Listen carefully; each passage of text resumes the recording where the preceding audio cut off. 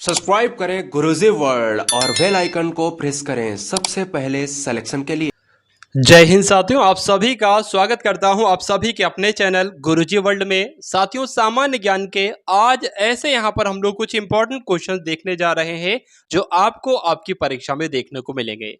यानी कि साथियों, इन 50 क्वेश्चन के माध्यम से सामान्य ज्ञान के हर एक टॉपिक को कंप्लीट करेंगे और कंप्लीट रिवीजन करेंगे पूरी सामान्य ज्ञान का। तो पहला प्रश्न आपकी स्क्रीन पर है कि अकबर के दरबार में आने से पहले तानसेन किसकी सेवा में था। तो तानसेन साथियों किसकी सेवा में था, तो आंसर की अगर बात करें तो राजा रामचंद्र की सेवा में था, इसलिए आंसर आपका ऑप्शन नंबर डी के साथ जाएगा। अब उसके बाद देखिए कि हड्डियों और दांतों में मौजूद रासायनिक द्रव्य क्या है। कैल्शियम सल्फेट है, कैल्शियम क्लोराइड है, कैल्शियम बोरेट है, कैल्शियम फॉस्फेट है। तो आंसर की अगर बात करें इस क्वेश्चन का राइट आंसर भी आपका ऑप्शन नंबर डी हो जाएगा। तो जिनका भी आंसर यहां पर डी है तो बिल्कुल करेक्ट है भाई, बहुत बढ़िया, वेरी गुड क्लास। अब उसके बाद देखिए कि प्रकाश की चाल को सबसे पहले किसने मापा था। न्यूटन ने, गैलीलियो ने, रोमर ने या हाइमेंस ने। तो किसके द्वारा मापा गया था साथियों, रोमर के द्वारा मापा गया था, इसलिए आंसर अगर आपका यहां पर जा रहा है ऑप्शन नंबर सी के साथ तो बिल्कुल करेक्ट है। नेक्स्ट नंबर का प्रश्न आपकी स्क्रीन पर है। आपसे साथियों यहां पर पूछा जा रहा है कि अंग्रेजों ने भारत में अंग्रेजी को शिक्षा का माध्यम कब बनाया था, बताइए भाई। तो कब बनाया था, 1813 में, 35 में, 33 में या साथियों 44 में। तो यहां पर आंसर जो आपका जाना चाहिए वो 1835 के साथ जाना चाहिए, और जिनका भी आंसर यहां पर ऑप्शन नंबर बी है तो बिल्कुल करेक्ट है। अब उसके बाद देखिए नेक्स्ट नंबर का प्रश्न आपकी स्क्रीन पर है, बताइए। पूछा जा रहा है कि किस प्रोग्राम में बग क्या है, यानी कि किसी प्रोग्राम में जो बग होता है साथियों, बग्स होता है, एक होता है बग और एक शब्द होता है डिबगिंग। ये बहुत पूछा जाता है कि बग बताइए क्या है, डिबगिंग बताइए क्या है। तो बग जो होता है ये एरर होता है, एरर को कहते हैं त्रुटि यानी कि गलती। जब कहीं पर भी साथियों प्रोग्राम में गलती हो जाती है तो उसको एरर यानी कि बग कहा जाता है। फिर उसके बाद डिबगिंग की जाती है। डिबगिंग क्या होती है, तो जो साथियों मिस्टेक होती है, त्रुटि होती है, उसको सुधारने की प्रक्रिया को डिबगिंग कहा जाता है। दोनों पॉइंट आप लोग ध्यान रखेंगे। उसके बाद देखिए नेक्स्ट नंबर का क्वेश्चन है कि एलिफेंटा दर्रा कहां पर स्थित है, बताइए। तो एलिफेंटे दर्रे की अगर बात करते हैं तो ये तो श्रीलंका में स्थित है, इसलिए आंसर आपका ऑप्शन नंबर बी हो जाता है। अब उसके बाद देखिए स्तनधारी वर्ग में रक्त का सबसे अधिक तापमान किस जंतु का होता है। मनुष्य का, भैंस का, बकरी का या व्हेल मछली का। तो किसका होता है साथियों, बकरी का होता है। आंसर आपको ध्यान रखना है, मोस्ट इंपॉर्टेंट क्वेश्चन है। जो स्तनधारी वर्ग में रक्त का सबसे अधिक तापमान होता है साथियों, बकरी का होता है भाई, बहुत बढ़िया, वेरी गुड क्लास। अब उसके बाद देखिए कि पर्वतों की रानी साथियों किसे कहा जाता है। मसूरी को, कुल्लू को, मनाली को, शिमला को। तो किसे कहा जाता है साथियों, मसूरी को कहा जाता है। इसलिए जिन लोगों का भी आंसर, जो लोग भी यहाँ पर ऑप्शन नंबर ए के बारे में सोच रहे हैं तो बिल्कुल करेक्ट है। उसके बाद देखिए कन्नौज का साथियों युद्ध कब लड़ा गया था। 1539 में, 40 में, 26 में या 1576 में। तो आंसर अगर आपका है ऑप्शन नंबर बी तो बिल्कुल करेक्ट आंसर आपका हो जाता है भाई। आंसर आपका 1540 के साथ जाएगा। चलिए उसके बाद देखिए कि पृथ्वी का विषुवतीय व्यास साथियों कितना है, यह आपसे पूछा जा रहा है, बताइए। पृथ्वी का विषुवतीय व्यास जो है वो साथियों कितना है बताने की कोशिश करेंगे। तो आंसर की अगर बात करें यानी कि 12,756 किलोमीटर, ये क्या है, ये पृथ्वी का विषुवतीय व्यास है। जिनका भी आंसर यहाँ पर है ऑप्शन नंबर सी के साथ तो बिल्कुल करेक्ट है। अब उसके बाद देखेंगे कि भारत का संविधान साथियों क्या है। क्या कठोर है भारत का संविधान, या लचीला है, या बहुत ही कठोर है, या अंशतः कठोर है, या अंशतः लचीला है। तो आंसर की अगर बात करें, आंसर आपका ऑप्शन नंबर डी के साथ जाना चाहिए, और आंसर आपका डी जा रहा है भाई, बहुत बढ़िया, वेरी गुड क्लास। इंटरपोल के मुख्यालय की अगर बात करते हैं साथियों तो कहां पर स्थित है। फ्रांस में, फिलीपींस में, यूएसए में या ब्रिटेन में। तो आंसर की अगर बात करें साथियों, फ्रांस के लियोन में स्थित है इंटरपोल का मुख्यालय। और ये परीक्षा में साथियों कई बार ये प्रश्न पूछा जा चुका है। महान तमिल साहित्य शिलप्पाधिकारम के रचयिता साथियों कौन है। इलांगो है, भारती है, तिरुवल्लर है या साथियों कारिकलन है। तो महान तमिल साहित्य शिलप्पाधिकारम के रचयिता कौन है साथियों, इलांगो है, इसलिए आंसर आपका ऑप्शन नंबर ए के साथ जाएगा। नीली क्रांति का संबंध साथियों किससे है। नीली क्रांति का संबंध तो मछली उत्पादन से है, इसलिए आंसर यहाँ पर जिनका भी ऑप्शन नंबर ए के साथ तो बिल्कुल करेक्ट है। उसके बाद देखिए साथियों पुर्तगाली यात्री वास्को डी गामा का कालीकट आने पर, यानी कि वास्को डी गामा जब कालीकट आया था तो भव्य स्वागत करने वाले भारतीय राजा का नाम आपसे पूछा जा रहा है। वो स्वागत करने वाले राजा कौन थे साथियों, ये आपसे पूछा जा रहा है। तो उनका नाम साथियों क्या था, तो जमोरिन उनका नाम था, इसलिए आंसर जिनका सी के साथ है बिल्कुल करेक्ट है। अब उसके बाद देखिए अगले नंबर का प्रश्न है कि बलतोड़ा हिमालय हिमनद ये कहाँ पर स्थित है, अल्पस में, शिवालिक में, पामीर के पठार में या काराकोरम पर्वतमाला में। आंसर आपका साथियों जो जाना चाहिए वो ऑप्शन नंबर डी के साथ जाना चाहिए।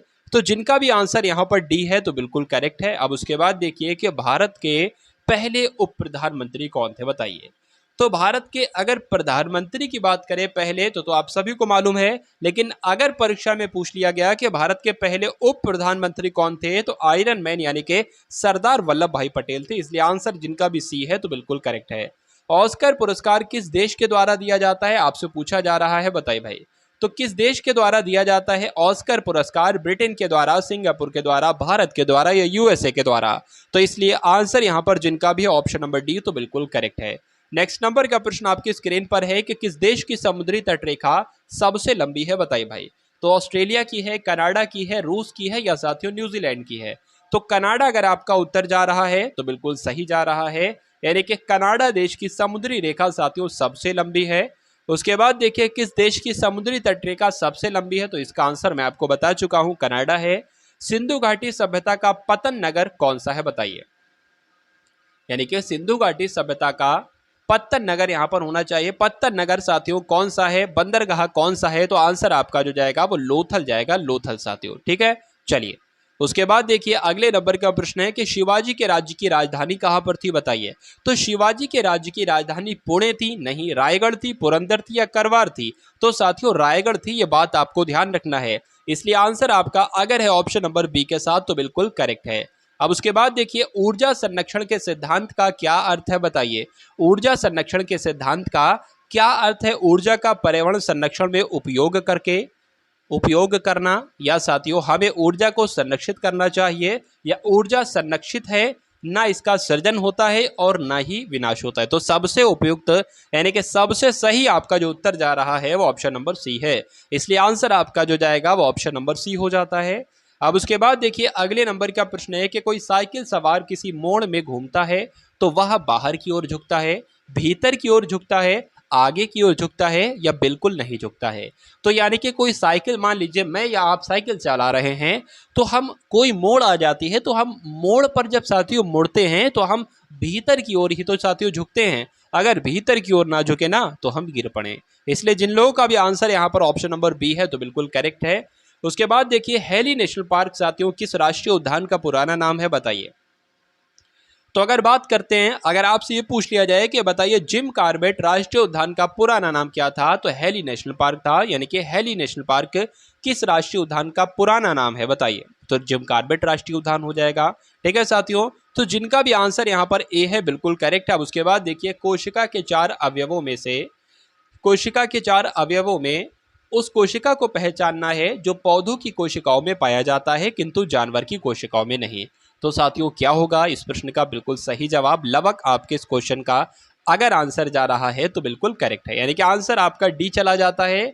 उसके बाद देखिए पृथ्वी की त्रिज्या लगभग साथियों कितनी है, तो पृथ्वी की त्रिज्या की अगर बात करें, मान लीजिए साथियों ये पृथ्वी है तो आपसे पूछा जा रहा है कि इसकी लंबाई कितनी है, त्रिज्या कितनी, त्रिज्या इसी को तो कहा जाता है। तो 6371 किलोमीटर ये पृथ्वी की त्रिज्या है, इसलिए आंसर यहाँ पर जिनका सी है तो बिल्कुल करेक्ट है। अब उसके बाद देखिए साथियों दयानंद सरस्वती का जो स्वामी दयानंद सरस्वती साथियों इनका संबंध किससे है, यानी कि किसकी स्थापना इन्होंने की थी, ब्रह्मा समाज की, सत्यशोधक समाज की, आर्य समाज की या प्रार्थना समाज की। तो आर्य समाज के साथियों स्थापना किसने की या किसका संबंध इससे है, तो दयानंद सरस्वती का संबंध इससे है, आर्य समाज से। बहुत बढ़िया, वेरी गुड क्लास। साथियों आप सभी लोगों से रिक्वेस्ट है कि क्लास को आप सभी लोग एक बार लाइक करके वीडियो को शेयर अवश्य कर देंगे। तो जल्दी से साथियों इस क्लास को लाइक कर दीजिए और फटाफट इस वीडियो को आप सभी लोग एक बार शेयर कर दीजिए ताकि ये क्लास, ये क्वेश्चन सभी लोगों तक पहुंच जाएं जिन लोगों को इन प्रश्नों की जरूरत है। तो 28वें नंबर का प्रश्न आपकी स्क्रीन पर है, पूछा जा रहा है कि सत्यव्रत कादियान का संबंध किस खेल से है, तो किस खेल से है साथियों, पहलवानी से है, यह बात आपको ध्यान रखना है, इसलिए आंसर आपका जो जाएगा वो ऑप्शन नंबर बी के साथ जाएगा। शिंतो कहां पर का मूल धर्म है, बताइए। शिंतो चीन का साथियों मूल धर्म है, जापान का है, सिंगापुर का है या फिलीपींस का है? तो आंसर की अगर बात करें साथियों जापान की, तो जापान का मूल धर्म कौन सा है? शिंतो है। इसलिए आंसर यहां पर जिनका भी ऑप्शन नंबर बी है तो बिल्कुल करेक्ट हो जाता है। अब उसके बाद देखिए साथियों, राइबोसोम का मुख्य कार्य क्या है बताइए? कोशिका विभाजन का नियंत्रण है, कोशिका के कार्यों का नियंत्रण है, प्रोटीन संश्लेषण है या हार्मोन का स्रावण है? बताइए। चलिए, यहां पर अगर आंसर की बात करते हैं हम लोग, तो आंसर आपका जो जाएगा वो ऑप्शन नंबर सी हो जाता है, प्रोटीन संश्लेषण।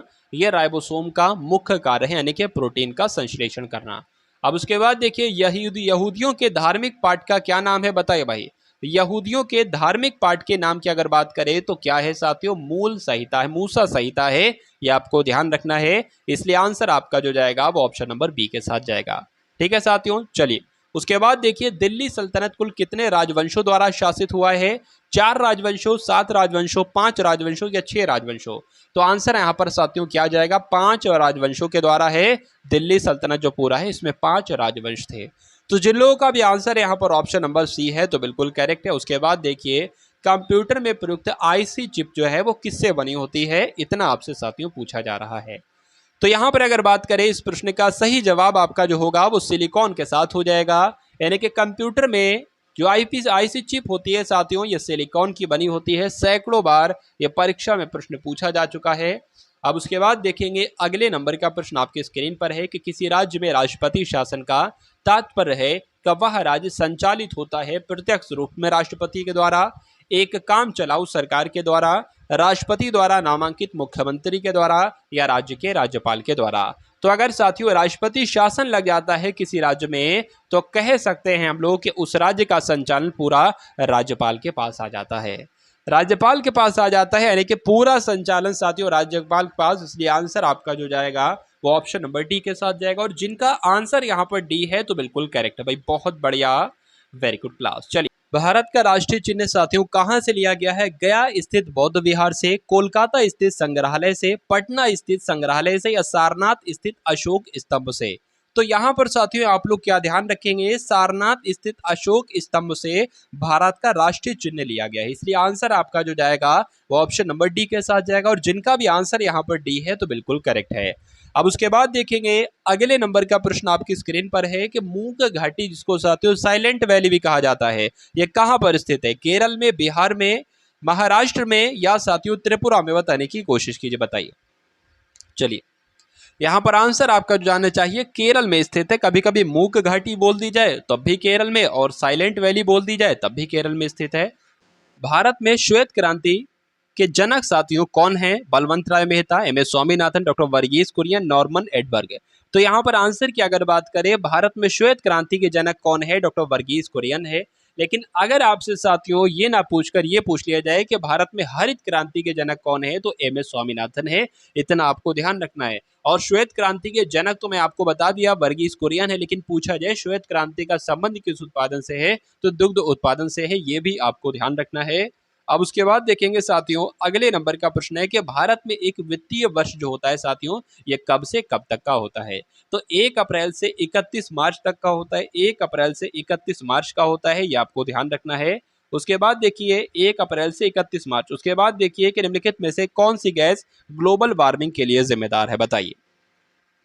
ग्लोबल वार्मिंग के लिए साथियों कौन सी गैस जिम्मेदार है? तो ग्रीन हाउस गैस जिम्मेदार है। इसलिए आंसर आपका जो जाएगा वो ऑप्शन नंबर बी के साथ जाएगा। नेक्स्ट नंबर का क्वेश्चन आपकी स्क्रीन पर है। आपसे पूछा जा रहा है साथियों, आधुनिक परमाणु सिद्धांत तैयार किया था जॉन डाल्टन ने, रदरफोर्ड ने, ब्रोगली ने या डी आई मेंडलीफ ने? बताइए। यहाँ पर साथियों आंसर आपका किस ऑप्शन के साथ जाएगा? तो जॉन डाल्टन के साथ आपका आंसर जाएगा। यानी कि आधुनिक परमाणु सिद्धांत तैयार किया था किसने? जॉन डाल्टन ने। उसके बाद देखिए, नेक्स्ट नंबर का क्वेश्चन आपकी स्क्रीन पर है कि इलेक्ट्रॉन की खोज का श्रेय साथियों किसे दिया जाता है? बताइए। देखिए, इलेक्ट्रॉन की खोज का श्रेय किसे दिया जाता है, तो आपको बताना है जे थॉमसन। लेकिन अगर आपसे ये पूछ लिया जाए कि प्रोटॉन की खोज किसने की, तो गोल्डस्टीन ने की। न्यूट्रॉन की खोज किसने की, तो जेम्स चैडविक ने की। और नाभिक की खोज किसने की, तो रदरफोर्ड ने की। तो इतना और आपको साथियों ध्यान रखना होगा। नेक्स्ट नंबर का क्वेश्चन आपकी स्क्रीन पर है। आपसे पूछा जा रहा है कि निम्नलिखित में से कौन सी प्रक्रिया एक रासायनिक परिवर्तन है? बताइए। इनमें से कौन सी प्रक्रिया एक रासायनिक परिवर्तन है? पौधों में प्रकाश संश्लेषण होना, मोम का पिघलना, पानी का संघनन या पौधों में वाष्पोत्सर्जन। तो आंसर की अगर बात करें, पौधों में प्रकाश का संश्लेषण जो होता है साथियों, ये एक रासायनिक परिवर्तन है। तो जिन लोगों का भी आंसर यहाँ पर है ऑप्शन नंबर ए के साथ, तो बिल्कुल करेक्ट है। अब उसके बाद देखिए कि निम्नलिखित में से कौन सा रासायनिक परिवर्तन है साथियों? अभी हम लोगों ने प्रश्न देखा था, इनमें से कौन सी प्रक्रिया एक रासायनिक परिवर्तन है? तो पौधों में प्रकाश का संश्लेषण एक रासायनिक परिवर्तन है। उसके बाद देख रहे हैं कौन सा रासायनिक परिवर्तन है साथियों, तो वही लौट घुमा के आ गया। ठीक है, चलिए। तो यहां पर साथियों राइट आंसर आपका क्या हो सकता है? रासायनिक परिवर्तन। अब इनमें से कौन सा है? तो पटाखों का जलना ये क्या है साथियों? एक रासायनिक परिवर्तन है। उसके बाद देख लीजिए कि रक्त समूह ओ क्या कहलाता है? सर्वदाता कहलाता है, सार्वजनिक ग्रहणकर्ता कहलाता है, या दोनों कहलाते हैं? तो अगर बात करते हैं यहाँ पर ब्लड ग्रुप ओ की साथियों, तो ये तो सार्वजनिक दाता कहलाता है। क्या कहलाता है साथियों? सार्वजनिक दाता कहलाता है रक्त समूह ओ। उसके अलावा ए बी क्या कहलाता है रक्त समूह? तो सार्वजनिक ग्राही कहलाता है, ये आपको ध्यान रखना है। अच्छा, रक्त समूह की खोज किसने की? तो लैंडस्टीनर ने की। कब की? तो 1900 में लैंडस्टीनर के द्वारा साथियों रक्त समूह की खोज की गई, ये आपको ध्यान रखना है। ठीक है साथियों, चलिए। अब उसके बाद देखेंगे अगले नंबर का प्रश्न है कि मानव शरीर का रक्त बैंक किसे कहा जाता है? बताइए। प्लीहा को, यकृत को, हृदय को, या किडनी को? बताइए भाई। मानव शरीर का रक्त बैंक किसे कहा जाता है? तो प्लीहा को कहा जाता है। इसलिए जो लोग भी यहाँ पर हैं ऑप्शन नंबर ए के साथ, तो बिल्कुल करेक्ट है। उसके बाद देख लीजिए अगले नंबर का प्रश्न आपकी स्क्रीन पर है, बताने की कोशिश करेंगे इसका राइट आंसर क्या होगा। मानव शरीर में रक्त का आयतन शरीर के भार का लगभग कितने प्रतिशत होता है? बताइए भाई, कितने प्रतिशत होता है? 77%, 21%, 14% या साथियों 7%? तो आपको ध्यान रखना है कि मानव शरीर में रक्त का आयतन शरीर के भार का लगभग 7% होता है। इसलिए आंसर आपका जो जाएगा वो ऑप्शन नंबर डी के साथ जाएगा। यानी कि एक वयस्क मानव शरीर में 5 से 6 लीटर साथियों रुधिर होता है। ठीक है, और अगर इसको प्रतिशत में देखा जाए तो ये शरीर के भार का वही लगभग 7 से 8% बनेगा। उसके बाद देखेंगे अगले नंबर का प्रश्न है कि निम्नलिखित में से कौन सा विटामिन ए का एक अच्छा स्रोत है? बताइए। तो विटामिन ए का एक अच्छा स्रोत साथियों आपसे पूछा जा रहा है, कौन सा है साथियों? तो जो मछली का तेल होता है ना, मछली का तेल, इसमें विटामिन ए पाया जाता है। विटामिन ए पाया जाता है साथियों, इसलिए आंसर आपका जो जाएगा वो ऑप्शन नंबर ए के साथ जाएगा। विटामिन ए का रासायनिक नाम अगर आपसे पूछे तो रेटिनॉल होता है, ये बात आपको ध्यान रखना है। विटामिन ए और किसमें पाया जाता है? गाजर में भी पाया जाता है, चुकंदर में, शलजम में, शकरकंद में, मटर और टमाटर में भी साथियों ये क्या पाया जाता है? विटामिन ए पाया जाता है। और मछली के तेल में भी विटामिन ए पाया जाता है। तो जो लोग भी यहाँ पर हैं ऑप्शन नंबर ए के साथ, तो बिल्कुल करेक्ट है। अब उसके बाद देखिए आखिरी साथियों क्लास का अंतिम प्रश्न आपकी स्क्रीन पर है। आखिरी प्रश्न आपकी स्क्रीन पर है कि वसा में घुलनशील विटामिन साथियों कौन कौन से हैं? देखिए, एक तो होते हैं जल में घुलनशील विटामिन। तो जो जल में घुलनशील विटामिन होते हैं वो कौन कौन से होते हैं? विटामिन बी और सी होते हैं। लेकिन जो साथियों वसा में घुलनशील विटामिन होते हैं वो कौन कौन से होते हैं? वो साथियों ए डी ई के होते हैं। और ए डी ई के कहाँ पर लिखे हुए हैं? ऑप्शन नंबर सी में लिखे हुए हैं। तो जिनका भी आंसर यहाँ पर ऑप्शन नंबर सी है, तो बिल्कुल करेक्ट है भाई, बहुत बढ़िया, वेरी गुड क्लास। तो ये साथियों पूरी जीके जीएस के 50 ऐसे क्वेश्चंस थे जो परीक्षाओं में आपसे पूछे जाते हैं। तो उम्मीद करता हूँ साथियों क्लास आपको पसंद आई होगी। अगर पसंद आई है तो क्लास को लाइक करके क्लास को एक बार शेयर करेंगे। मिलते हैं हम सभी लोग आने वाली वीडियो में। जय हिंद साथियों। सब्सक्राइब करें गुरुजी वर्ल्ड और बेल आइकन को प्रेस करें सबसे पहले सिलेक्शन के लिए।